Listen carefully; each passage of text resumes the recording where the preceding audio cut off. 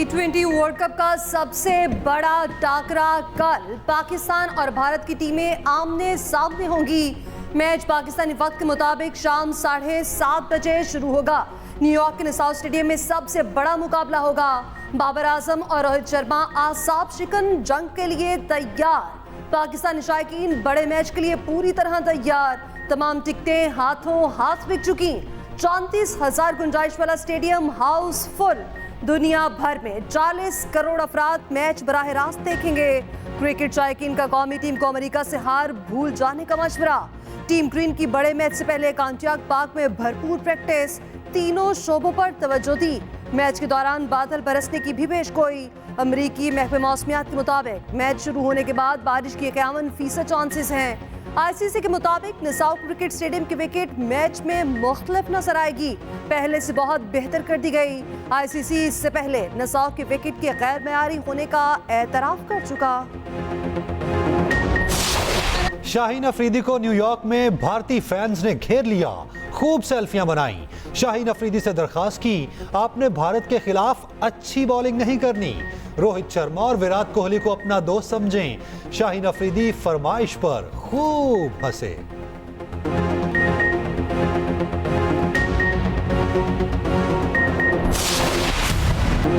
वजीर आजम का चीन का तारीखी दौरा मुकम्मल। वतन वापसी। चीन में आखिरी रोज भी अहम मसरूफियात। चीन के तारीखी विरसे टेराकोटा वॉरियर म्यूजियम का दौरा। तारीखी विरसाजात के तहफ़्फ़ुज़ और बहाली और सियाहत के फ़रोग़ के हवाले से ब्रीफिंग। मेहमानों की किताब में तासुरात दर्ज किए। चीनी सदर शी जिनपिंग के आबाई शहर शियोन में शांशी शुबे के पार्टी सरबराह से मुलाकात। काबीना अरकान भी साथ थे। मुख्तलिफ शोबों में दो तरफा ताउन, तजारत और दीगर उमूर पर गुफ्तगू। पाकिस्तान और शांशी के दरमियान ज़राअत, तवानाई और कानकुनी के शोबों में ताउन तय। वज़ीर आज़म का यागलिंग एग्रीकल्चरल टेक्नोलॉजी डिमॉन्स्ट्रेशन बेस का दौरा। जदीद ज़राअत पर ब्रीफिंग दी गई। अमली मुजाहरे के साथ ज़राअत की जदीद फैक्ट्री का दौरा कराया गया। शहबाज शरीफ ने कहा, पाकिस्तान ज़राई मुल्क है। हुकूमत फी एकड़ पैदावार में इजाफे के लिए ज़राअत में जिद्दत के लिए कोशा है। ज़राई मसनूआत की प्रोसेसिंग से मुल्की बरामदात में इजाफा अव्वलीन तरजीह है। चीनी सदर की दावत पर बेहद मशकूर हैं। हमेशा एक रूठे हुए बंदे की तरह से शुरू से ही आप अपना पिछले 25 साल से आपका यही रवैया है, मैं ये कर दूंगा, मैं वो कर दूंगा, मैं तुम्हें जेल में डालूंगा, मैं तुम्हें नहीं छोड़ूंगा, मैं नवाज शरीफ के कमरे से मैं एयर कंडीशनर उतार लूंगा। अब तुम जेल में हो, मेरा तो कभी ध्यान भी नहीं किया तुम्हारे एयर कंडीशनर की। तुमने एक की बजाय 2 लगवा लो, मुझे कोई इतराज नहीं। मैं इस तरह का बंदा नहीं हूँ कि मैं दिल में इस तरह की कीना रखूं या अदावत रखूं या मैं कोई बदला या इंतकाम की सियासत करूं। मैं ये कर दूंगा, मैं वो कर दूंगा, जेल में डाल दूंगा। सदर मुस्लिम लीग नून नवाज शरीफ ने बानी पीटीआई को रूठा हुआ शख्स करार दे दिया। पार्टी रहनुमाओं से गुफ्तगू में कहा, कभी वज़ीर आज़म हाउस से घसीट कर निकालने की धमकियां, कभी जेल से एसी उतरवाने की धमकियां। साबिक वज़ीर आज़म का रवैया पिछले 25 साल से एक रूठे हुए बंदे जैसा है। बानी पीटीआई से इंतकाम लेने का कभी सोचा तक नहीं। मेरे दिल में किसी के लिए कोई कीना नहीं, इंतकाम पर यकीन नहीं रखता। बानी पीटीआई की जेल में चाहे 2 एसी लगवा दे। ये भी कहा, IMF की शराइत मान ली गई तो गरीब की जिंदगी मज़ीद मुश्किल हो जाएगी। शहबाज शरीफ और मरियम की कोशिशों से महंगाई कम हुई।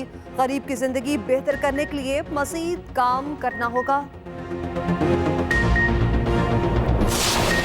मैं यहाँ पर बहैसियत वज़ीर आला ऐलान कर रहा हूँ, जब तक मैं जिंदा हूँ और मेरे अंदर खून है, पाटा हो या फाटा हो, किसी का बाप भी टैक्सी लगा सकता है यहाँ पर। और यही बता रहा हूँ कि आओगे कदमों पर, जाओगे कदमों पर।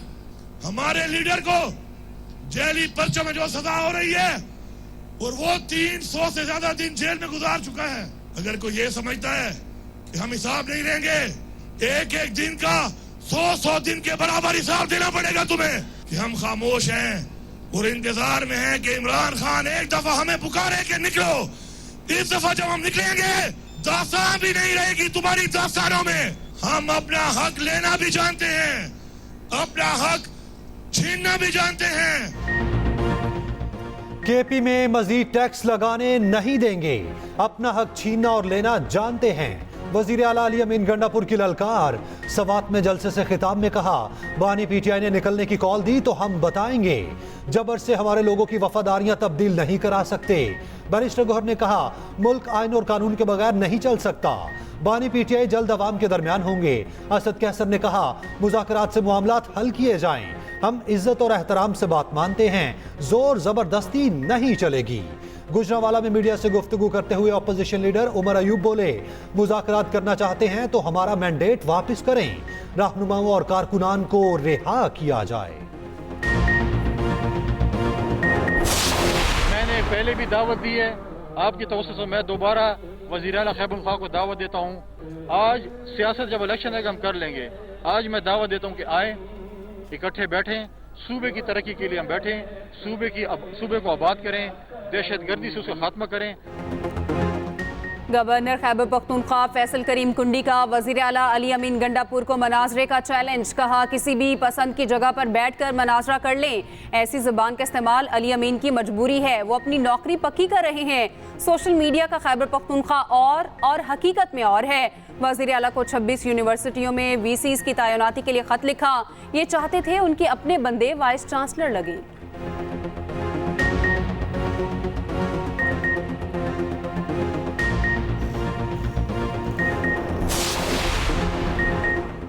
मुल्क की तारीख का पहला पंजाब लाइव स्टॉक कार्ड और पहली फार्मर रहनुमाई ऐप का इजरा। वज़ीर आला मरीम नवाज ने पंजाब लाइव स्टॉक कार्ड पर प्रोजेक्ट की मंजूरी दे दी। मवेशियों की खुराक के लिए 2.5 लाख बिला सूद कर्ज मिलेगा।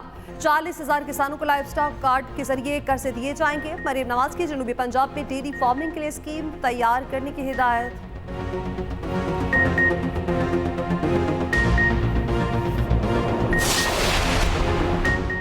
सहाफ़ती तंजीमों के तहफ़्फ़ुज़ात नज़रअंदाज, मुतनाज़ हद तक इज़्ज़त बिल कानून बन गया। कायम मकाम गवर्नर पंजाब मलिक मोहम्मद अहमद खान ने बिल पर दस्तखत किए।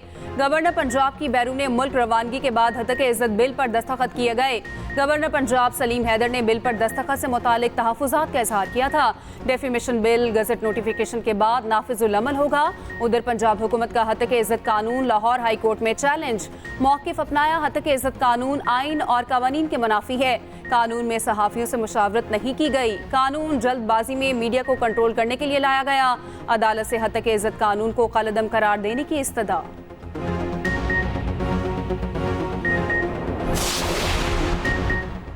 मुतनाज़े हद तक इज़्ज़त बिल पर दस्तखत। सहाफ़ती तंजीमों के जॉइंट एक्शन कमेटी का हंगामी इजलास। CPNE, MN, APNS, PPA, PFUJ और प्रेस क्लब के अहदेदारों की शिरकत। एहतजाजी इक़दाम पर मरहलावार अमल दरामद का फैसला। मुतनाज़े काले कानून के खिलाफ मुश्तरका जदोजहद का ऐलान। हुकूमती तकरीबात, इजलासों और हुकूमती इत्तेहादियों की सरगर्मियों के बाइकॉट का फैसला। मुतनाज़े कानून के खिलाफ मुअस्सर कानूनी चाराजोई का फैसला। सहाफ़ती तंजीमों ने कानून को इंसान दुश्मन करार दे दिया।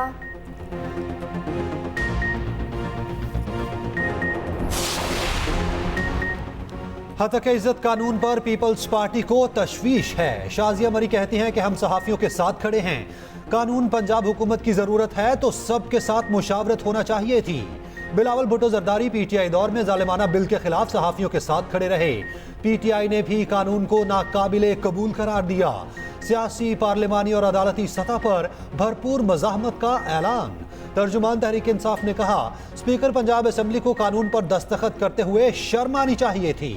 सियासी आवारागर्दों ने जमहूरियत को शर्मसार किया है।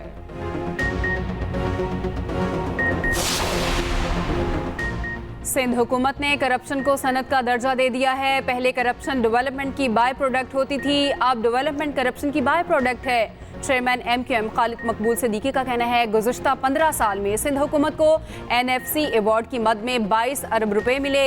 इंसाफ के बगैर घर नहीं चलता, मुल्क कैसे चलेगा? ये भी कहा, हम जिस हुकूमत से नाराज नहीं होते वो मुद्दत पूरी करती है।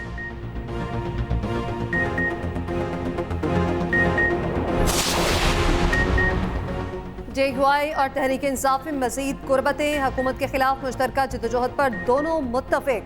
मुश्तरका मामलात पर कमेटी बनाती। सराह के मुताबिक मौलाना फजल रहमान के तहफ़्फ़ुज़ात बानी PTI तक पहुँचा दिए गए। बानी PTI के तहफ़्फ़ुज़ात दूर करने की यकीन दहानी। बानी तहरीक इंसाफ का पैगाम भी मौलाना तक पहुँचा दिया गया। मामला तय करने के लिए 3 रुकनी कमेटी की सरबराही असद कैसर करेंगे। मामला तय पाने की सूरत में दोनों रहनुमा नुकात पर दस्तखत करेंगे।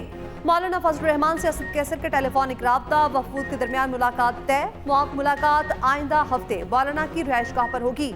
मौलाना ने माजी में एक दूसरे पर लगाए इल्जामात पर वजाहत मांगी थी। इत्तेहाद से मुताल्लिक गारंटी भी मांगी गई थी।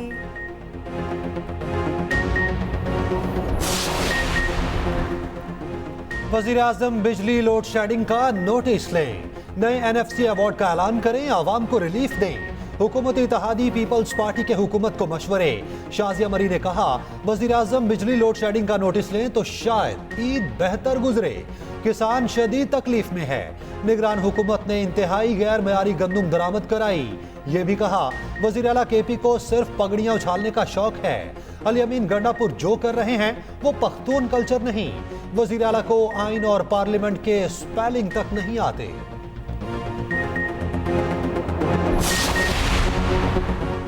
अमीर जमात इस्लामी हाफिज नईमुर रहमान कहते हैं, कराची के नौजवान मायूस हैं, इन्हें तालीम और सेहत जैसी बुनियादी सहूलियात भी मुयसर नहीं।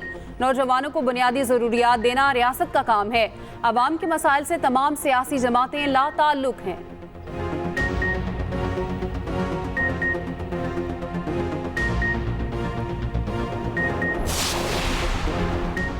इद्दत निकाह केस में सजा मुअत्तल की जाए। बुशरा बीबी ने इस्लामाबाद हाई कोर्ट में दरख्वास्त दायर कर दी। सजा मुअत्तल करके जमानत पर रिहाई देने की इस्तदा मौक़िफ़ अपनाया। बुशरा बीबी को सियासी इंतकाम का निशाना बनाने के लिए जेल में बदतरीन हालात में रखा गया। इंसाफ के तकाज़े पूरे किए जाएं, सजा मुअत्तली की दरख्वास्त जल्द निपटाई जाए।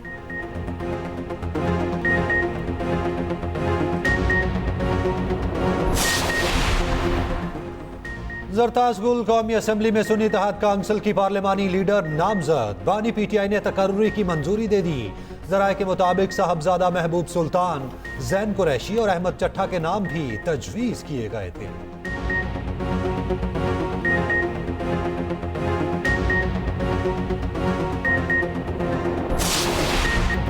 मवेशी मंडियां जानवरों से भर गई, खरीदारों का भी रश बढ़ने लगा। ईद उल अज़हा करीब आते ही रौनक उरूज पर ऊंट, बछड़ों, बकरों के भाव दाव। लाहौर की गलियों में कुर्बानी के जानवर बेचने पर पाबंदी दफा 144 नाफिज कर दी गई। पाबंदी 20 जून तक बरकरार रहेगी।